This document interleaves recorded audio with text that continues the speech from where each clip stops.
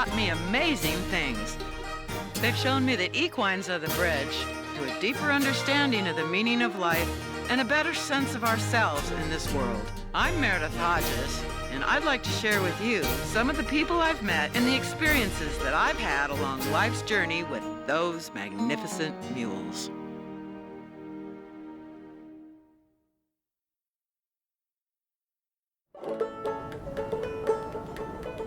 When the big snows came to the Sierra Nevada mountains in the winter of '69, the community of Bishop was hit hard and things looked pretty bad. But the town's packers came up with an idea. Two things they still had were mules and ingenuity. They were gonna save the town and have some fun in the bargain. The rest, as they say, is history. Mule Days is back around 37 years ago. 1970 was the first year we had any kind of a show or a parade. When I first started, there was so many more wrecks and, oh yeah, you know, just out of control. Mostly people. The mules would have been fine if they wouldn't have had if they hadn't been interfered with. Yeah. Basically. Had the help. When I first came out here, it was still rather small and rather, I like to say it was rather casual and spontaneous. I can remember going to some shows and people enter the cutting and get to the class and go, so what is this, you know? I well recall when I was running the show and some woman was protesting the decision and some event, and I said, well, look, we've had the event and I haven't made up the rules yet, so I'll make them up now. Here's a trophy. You must be a winner. Bye. These are the original wagons from Boras. These are an opportunity for you to take a trip down memory lane. Now I want you to take a look, if you can, as they come close to you on either side of this arena, at the width and the thickness of those wheels, and the size of those big brakes that they operate. If you've got a mule and you think it's competitive, you bring it to Bishop, you find out if it's competitive or not, because all the best of them are here. I want to show people how nice mules can be, how their personality is, how pretty they can be, how well trained they can be, so that they respect them like we do. I never cease to be amazed at the advances we have in the kinds of mules we're looking at. I think the mules, even more so than the horses, understand what they have on their backs. I mean, we've seen that with my children. If you're gonna ride a mule, you better have a sense of humor. Whoa! Are there any other things you'd like to tell us about in your mule experience? Don't believe everything that you hear.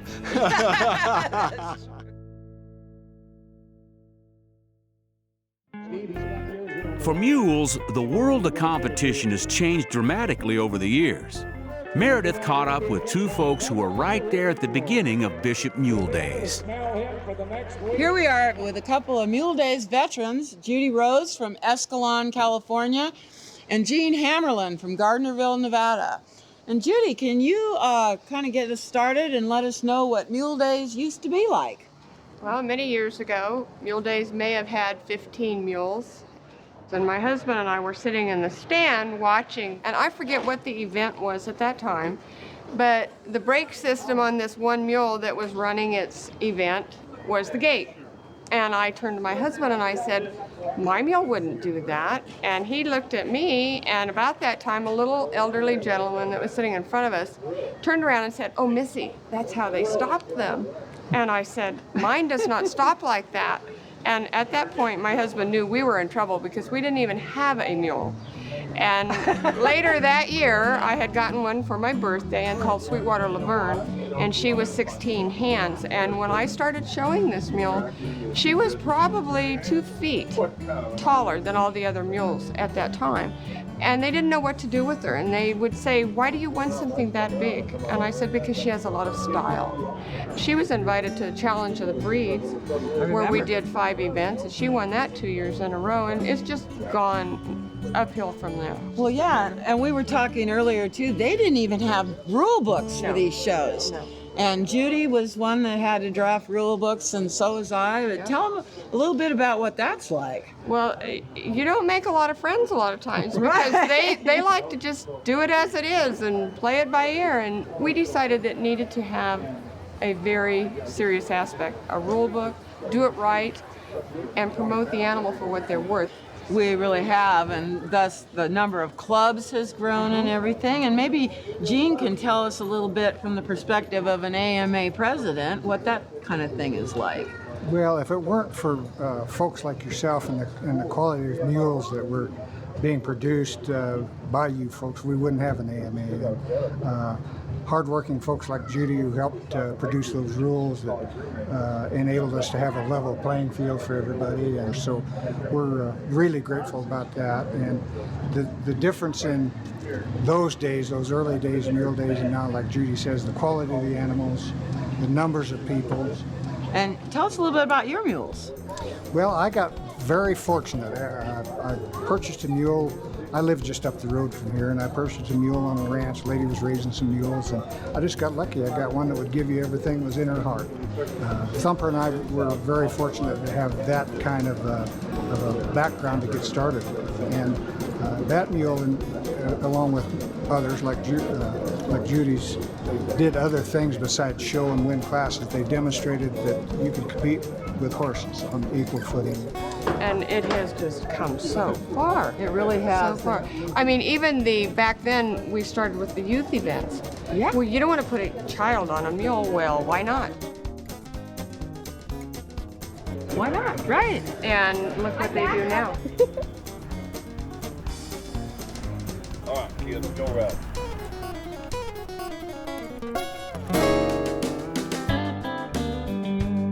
When we return, we'll hear from Jody Collins, top competitor and a Bishop Mule Days favorite. All Bishop Mule Days contestants have one thing in common: a love of long years. And Jody Collins is no exception. Today we're here with Jody Collins from Lincoln, California.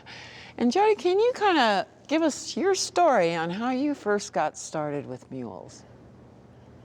Meredith, I first got started with a move to Nevada from Colorado, and I, as a young horse trainer, landed at Ernie Fanning's place, who passed away in January, and he had a group of 4 Mustang-raised 2-year-old mules.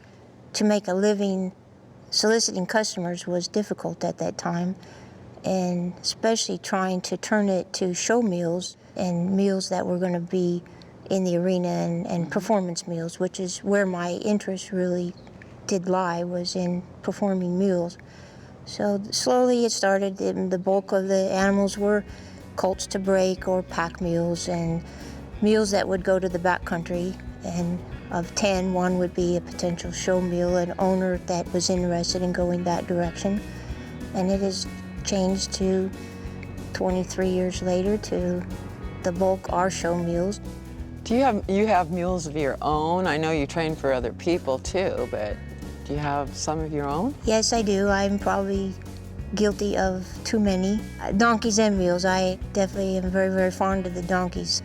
I keep probably 30 head, I think, last time I counted, and I still own the very first mule I purchased, and Will, I own the first donkey I purchased. And Jody, what were their names? The mule's name was Color Me Grand, and he was a little Arabian pinto mule that I actually met him here. I had an opportunity to buy him here, and I didn't. I was in search of a buckskin mule, and I passed him up and found out he was a neighbor of mine mule that lived a mile down the road. Oh, how funny. And he brought him to me for training the day after I got home from the Bishop trip, and I rode the little mule a week and could kick myself because he was my mule. Oh. And the man wouldn't sell him to me. Oh, no. And it took me 2 months to get him bought. He had a goal in mind for the Ogden Mule Show, which no longer exists, and he wanted him to go there and win the Green Award there, which he did. and he took my money the night before the mule's first class. I finally got him to put a price on him, and he sold me the mule before his first class. I think I remember him, And he ended up, the mule did a lot of neat things for me because he is just nifty, really cute, flashy, and very, very athletic. And the donkey, you mentioned a donkey. The little donkey is a miniature, actually, and the only miniature I've ever owned and probably ever will. Cece's tattoo, and just the coolest little guy, just a champion by heart. I've competed him a bunch, and when the American Mule Association opened up their classes to allowing the cart donkeys to show in the gymkhana against the saddle donkeys, he's just excelled, and as little as he is, could win. He can run, and he loves to run, and very forward for a donkey, and just a champion. So there really are a lot more classes that mule people kind of dream up with all of these mules and donkeys and the things that they can do. When I started coming to Bishop, all there were jack classes. And they were just halter classes. Yes, exactly. And they were just driving. jack classes. And then they started a driving class. And slowly they started adding to the donkey classes.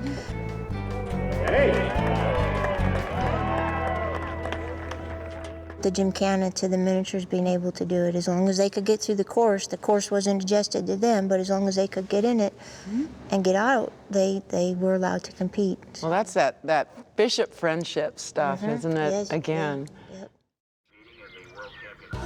Coming up next, celebrated trainer and exhibitor Tim Phillips looks at how mules have changed the face of competitive riding.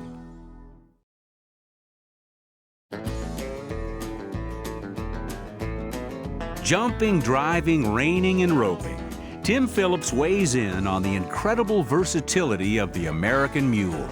Well, here we are today with Tim Phillips, super trainer from Caldwell, Idaho. And Tim, we'd like to hear the story on how you got started with mules. It's not a real long one, but I came from the horses. I was training horses, and my shoer asked me to ride a mule for him. And on a joke or on a whim, I said I would do it. And so we just kind of started showing him in open shows, and I caught a lot of flack and some things like that, and we liked him so much. We went to a show, actually in 91, that you judged in Haines, Oregon. And then we ended up here. Can you tell the folks a little bit about that mule? Tell me what his name was, what he was bred like. His name was Domino. He was a big, white, splotchy, flea-bit looking mule. His conformation wasn't real good and some things like that, but he was a great mule. I mean, he was great-minded, he was super to be around, and just a lot of fun. Really enjoyed him, you know, and he really educated me and got me into the mule deal real well. And I think I saw you riding a little sorrel mule there too, weren't you? Yeah, Kid Concho was that mule's name, and we just rained on him because coming from the horse side of it, we specialized. You know, at that point in time, we were specializing, so I didn't know that the mules kind of did the all-around thing. So we just did the reining and trail on him, and we didn't actually have him very long before we showed him to you and Haines. But he was pretty talented and pretty nice, and then we also took him to nationals. Yeah, he did very well back then. Yeah. How do you decide what classes you're going to be in? And I know you do multiple animals when you're here. Most of the time, we have the animals for a fair amount of time, so we've gotten to know them. They're pretty trained, so we know where to go or what to do with them. And that's the thing about the mules that we like so much, is they're not so specialized like the horses are. And speaking of this versatility thing, they do seem to be more competent. And do you think that that's because of the contribution from the donkey, the strength, the intelligence, put with that athleticism of the horse? They've changed, they've evolved so much compared to what they were. They're not breeding an old Mustang mare to a jack. And I mean, now the breeding programs are so much bigger and so much better. You know, they're breeding really nice mares, AQHA champions, APHA champions, to jacks. They're selectively breeding, and the quality of the animals has come up so much compared to what it was, actually, even in the first year that I was here. And what do your kids think about all these events that you're entering? And, you know, do they like to watch Daddy perform and all that? They do. We go to a lot of shows. Of course, I do this professionally with the horses and the mules. So, yeah, we go to a lot of events, and they're there a lot. And it's always kind of a neat thing when you're riding by and they'll yell, "Go Daddy," things like that. It's kind of cool. Well, you know, you got this mule you've been riding called Tough Stuff. Now, he's pretty famous and he's really a super champion. Can you tell us a little bit about him? Tuffy was different. He got that name for a reason. Oh, really? Yeah. So he actually bucked me off a time or two or three when I first started him. And actually, he came along real good in the round pen, and everything was real good for a while. He's just, from day one, he just had it. I mean, you could just tell he's real athletic, and he's got a super good mind. He's a different animal, he's a different athlete. Some of them are just special like that. Yeah, he really liked to work, you know, but he also had that side of him that was, you know, a little defiant on that side of him, But too. I think maybe with an athlete or something, you know, somebody that's got that much talent might just get bored with it every day. Agreed. I really agree with that. Yeah. I think that's what makes him the athlete he is, because he does. I mean, we do 22 events on him. Once he's got it, he's got it. Yeah. You know? And I mean, you got to keep schooling him and keep him practice and keep him in shape and stuff. But yeah, pretty much everything that we've ever showed to him, it's been a good thing. That's awesome.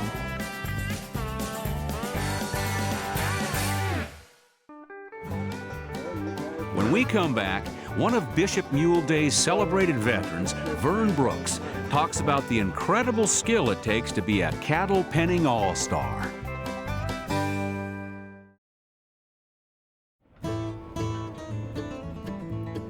Cattle events aren't just entertainment. They're rooted in real-life skills. Meredith found out what it takes to succeed in the Bishop Mule Day's cattle classes when she caught up with one of the sport's legends. Oh, hey! Vern, how you doing? Get up, but I'm too old. That's okay. I understand totally. Well, while we've got you here, can you explain to the audience what cattle penning is all about? Because a lot of people don't know what that is. You got penning and you got sorting. In penning, you take 30 head in the end of the arena, and there'd be 3 3s, 3 4s, and then there's a pen 20 by 20 down the arena. And your object is to go in and cut the 3 3s out when they tell you what your number is, and you take them down and put them in the pen. They don't pen here anymore because of the number of cattle. We sort. You only have to have 10 in the end, and you're bringing them out in order. In other words, when you cross the line this time, you have 10 numbers down there, and the announcer says 0. You start with 0, bring them across the line in order. Okay, check got 8 free from number 1. Here he comes. If one comes out of order, you're disqualified. Oh, no! Then if one you've taken out in order crosses back over the line, you're disqualified. Sorting is easier on your animal than penning because you're working them hard, but you're not at a high rate of speed so much of the time. Now, how many riders are there in these There's classes? 3 on a team, and they're all working together. Hopefully, you'll have 2 that'll set at the line. These 3 guys are cattlemen. To help you, and you have one going in to part the cattle. When he brings one out, you should rotate and one of the others go in because they'll see the number better than you will with your back to it. Yeah. Many times, or a few times when you're real lucky, you'll have like 3's your number. You bring in 3 and 4 and 5 will line up, and you can push 3 of them right across the line, no problem. If they're in the right order. Yeah, but then your holder on that side then's got to be sure that none of those break back. So I use the fence as a 4th and 5th man all the time. And how long have you been coming to Bishop Mule Days? Well, I'm 31st year here, Wow. and I've done a penned and sorted all over the valley there with the cattle or the horse people. I'm usually the only mule that shows up, and I haven't been doing too much of it in the last few years.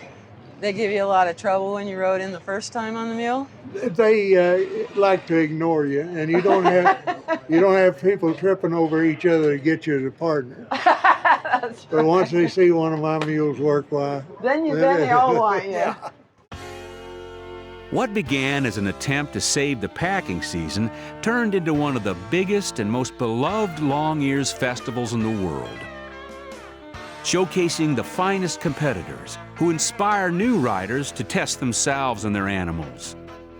We salute the many all-stars who have ridden, are riding, and will ride at Bishop Mule Days, and we applaud their amazing abilities.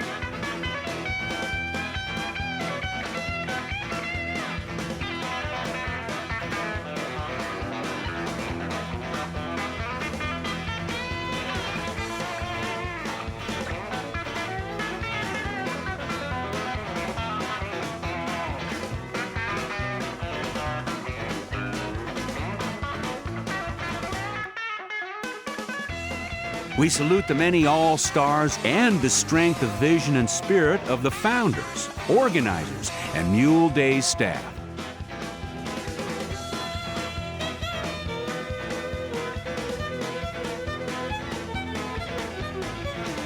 On behalf of Meredith Hodges and all of us at the Lucky 3 Ranch, thanks for joining us today.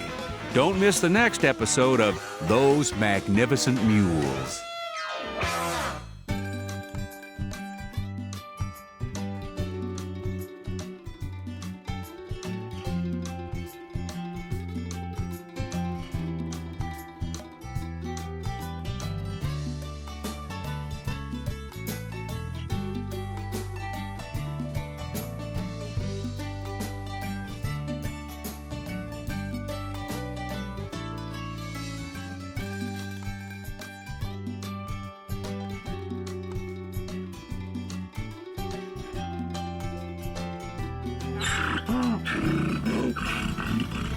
Oh.